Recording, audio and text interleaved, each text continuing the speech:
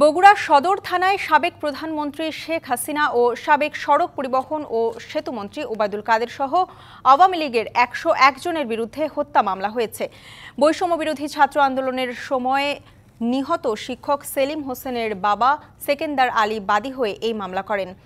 মামলায় শেখ হাসিনা ও ওবায়দুল কাদেরকে হত্যার নির্দেশদাতা উল্লেখ করা হয়েছে। অন্য আসামিরা হলেন আওয়ামী লীগের ২ জন সাবেক সংসদ সদস্য, ৫ জন উপজেলা চেয়ারম্যান, ২ জন মেয়র, বগুড়া পৌরসভার ৮ জন কাউন্সিলর, ১০ জন ইউনিয়ন পরিষদের চেয়ারম্যান ও ২৫ জনপ্রতিনিধি। এছাড়া অজ্ঞাত আসামি আরও ৩৫০। এজাহারে বলা হয়েছে ৪ আগস্ট বিকেলে বগুড়া শহরের ৭ মাথা স্টেশন সড়কে ২ সাবেক এমপি সহ ৭ নেতার নেতৃত্বে আন্দোলনকারীদের ওপর হামলা চালানো হয়। এতে নিহত হন শিক্ষক সেলিম হোসেন।